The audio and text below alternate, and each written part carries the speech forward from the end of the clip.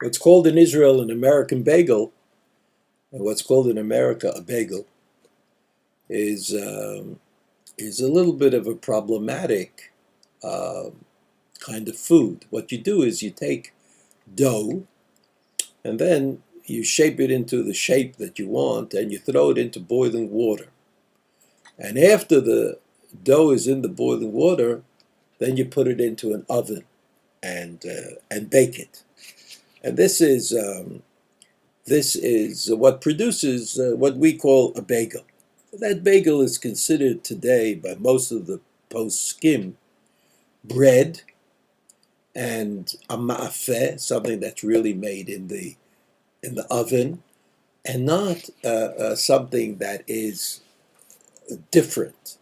And so since it is bread and since it's actually baked in the oven, there's no doubt that you have to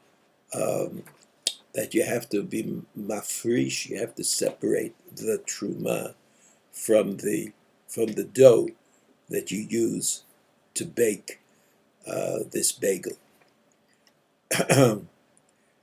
Also, there are things that we make which are blilatan ava, where the dough is very thick, even though you're not going to bake bread or make bread out of it, but you're going to make noodles or macaroni and things of that kind.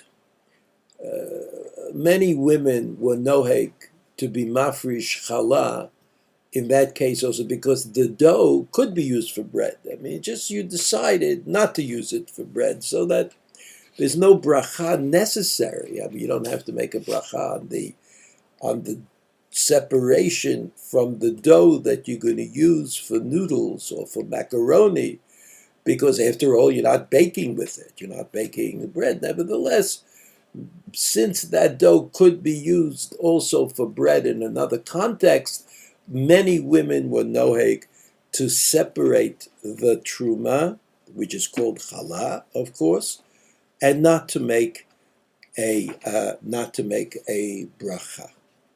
And so that as in most things, when there is doubt, and we are able to solve the doubt by doing the mitzvah without a bracha, and we say, if it's necessary, I've done it, and if it's not necessary, as I don't feel that I've lost anything in particular in this case, so that the people who are taking the truma, the challah from the dough, would tend to take more truma, even on occasions where you might think that it was mutar to avoid it. So we take truma whenever the dough looks like it could be used for bread, even though I may have decided not to use it for bread in this particular case. If you didn't take truma, if you didn't do it and you made it into noodles or something like that, then of course you can eat the noodles without taking the challah at a later time.